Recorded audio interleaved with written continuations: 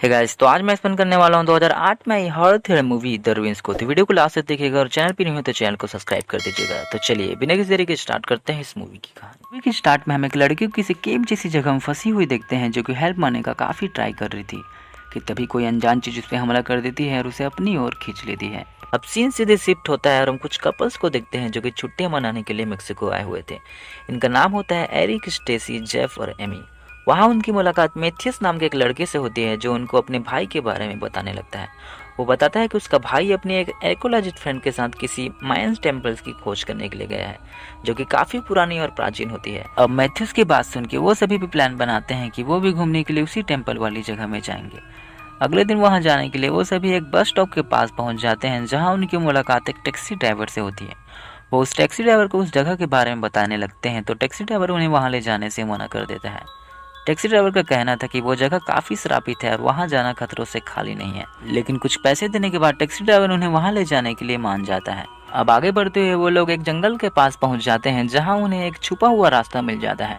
उस रास्ते को देख के उन्हें काफ़ी अजीब लगता है, लेकिन बिना परवाह किए वो उसी रास्ते की ओर आगे बढ़ने लगते हैं।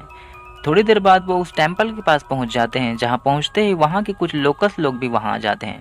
और गांव वाले लोग उन्हें देख के उन पे काफ़ी गुस्सा करने लगते हैं और ये बात भी उन्हें समझ नहीं आ रही होती है। तब मैथ्यूस उनसे बात करने की कोशिश करता है लेकिन वो उनकी भाषा को नहीं समझ पा रहे थे कि तभी एमी की फोटो क्लिक करते ही वो गांव वाले और भी भड़क जाते हैं, जिसे देखते हुए डेमेट्री उन्हें वो कैमरा देने की कोशिश करता है कि तभी वो गाँव वाले उसे ही शूट करके मार देते हैं। ये देख के वो सभी डर जाते हैं और उनसे बचते हुए उस टेम्पल की ओर भागने लगते हैं।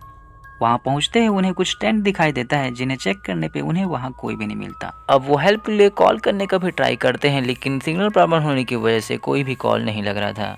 फिर उन्हें ये रियलाइज होता है कि वो गांव वाले कुछ रीज़न की वजह से उन्हें नीचे ना ही जाने दे रहे थे और ना ही खुद ऊपर आ रहे थे। ये बात उन्हें काफ़ी अजीब लगती है लेकिन वो समझ नहीं पा रहे थे कि आखिर वो उनके साथ ऐसा क्यों कर रहे हैं।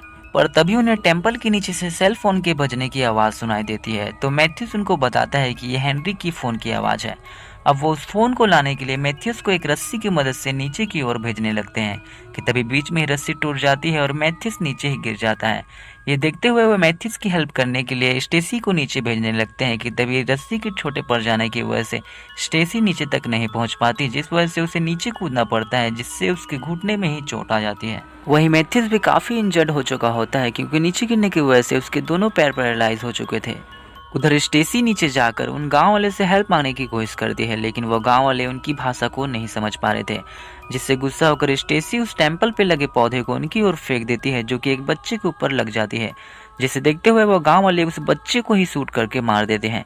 ये देख के जेफ और स्टेसी डर जाते हैं और वो फिर से टेम्पल की ओर चले जाते हैं। उधर स्टेसी को नीचे में फिर से उस फोन की आवाज़ सुनाई देती है, तभी वो लोग एमी को भी एक स्ट्रेचर की मदद से नीचे की ओर भेज देते हैं। अब एमी और स्टेसी मिलके मैथ्यूस को स्ट्रेचर पर लेटा के उसे बाहर की ओर निकाल लेते हैं। वहीं जेफ उन लोगों को बताता है कि दिमित्री के दोस्तों के पास भी एक मैप था जिसकी मदद से वो दिमित्री को ढूंढते हुए इस टेम्पल तक आ सकते हैं। खैर अब अगली सुबह जेफ को उन पौधों के बीच से एक आदमी की डेड बॉडी मिलती है जिसे देख के उसे काफ़ी हैरानी होने लगती है। वहीं स्टेसी को अजीब सा एहसास होता है और जैसे ही वो अपने पैरों को देखती है उसके पैरों पे वो पौधे निपटने लगते हैं जो कि उसके घाव की मदद से उसके बॉडी के अंदर घुसने की कोशिश कर रहे होते हैं। उधर मैथ्यूस के भी ऐसा फील होता है और जैसे ही एमी उसके पैर को देखती है तो उसके पैर पे भी वो पौधे लिपटने लगते हैं। तभी उन्हें फिर से उस फोन की आवाज़ सुनाई देती है जिसे लेने के लिए वो लोग एमी और स्टेसी को नीचे की ओर भेज देते हैं। अब एमी और स्टेसी उस फोन की आवाज़ को फॉलो करते हुए एक केव जैसी जगह पहुंच जाते हैं जहां उन्हें एक लड़की की डेड बॉडी मिलती है जिसे हमने मूवी के स्टार्ट में देखा था। उस लड़की के पास से ही उन्हें एक सेल फोन भी मिलता है जो कि टूट के खराब हो चुका था। उसके बाद ही उन्हें फिर से वो आवाज़ सुनाई देती है और जैसे ही एमी उन पौधों के पास जाती है उसे रियलाइज होता है कि वो पौधे ही फ़ोन की आवाज़ निकाल रहे थे। इसके बाद ही वो पौधे एमी और स्टेसी को पकड़ने की कोशिश करते हैं लेकिन मौका देखते हुए वो लोग रस्सी की मदद से एमी और स्टेसी को बाहर निकाल के बचा लेते हैं। तब एमी और स्टेसी उन्हें बताते हैं कि वो पौधे ही फ़ोन की आवाज़ निकाल रहे थे। वहीं जब मैथ्यूस की हालत बिगड़ने लगती है तो जेफ उनसे भी से कहता है कि उन्हें मैथ्यूस के पैरों को ही काटना पड़ेगा, नहीं तो उसके बॉडी में पूरा इन्फेक्शन फैल सकता है।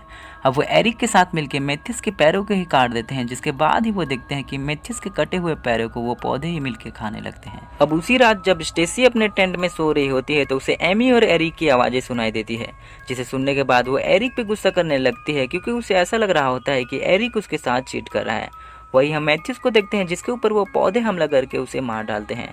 तभी वो लोग ये नोटिस भी करते हैं कि वो पौधे स्टेसी की आवाज़ की भी नकल करने लगते हैं, जिससे वो समझ जाते हैं कि वो पौधे ही एरिक और एमी की आवाज़ें निकाल रहे थे। खैर अब अगले दिन स्टेसी उन लोगों को बताती है कि वो पौधे उसके बॉडी के अंदर ही घुस गए हैं, जिसे देखते हुए जेफ एक नाइफ को लेकर उसके बॉडी को कट करके उन पौधों को निकालने लगता है, जिससे स्टेसी को काफ़ी ज़्यादा पेन होने लगता है।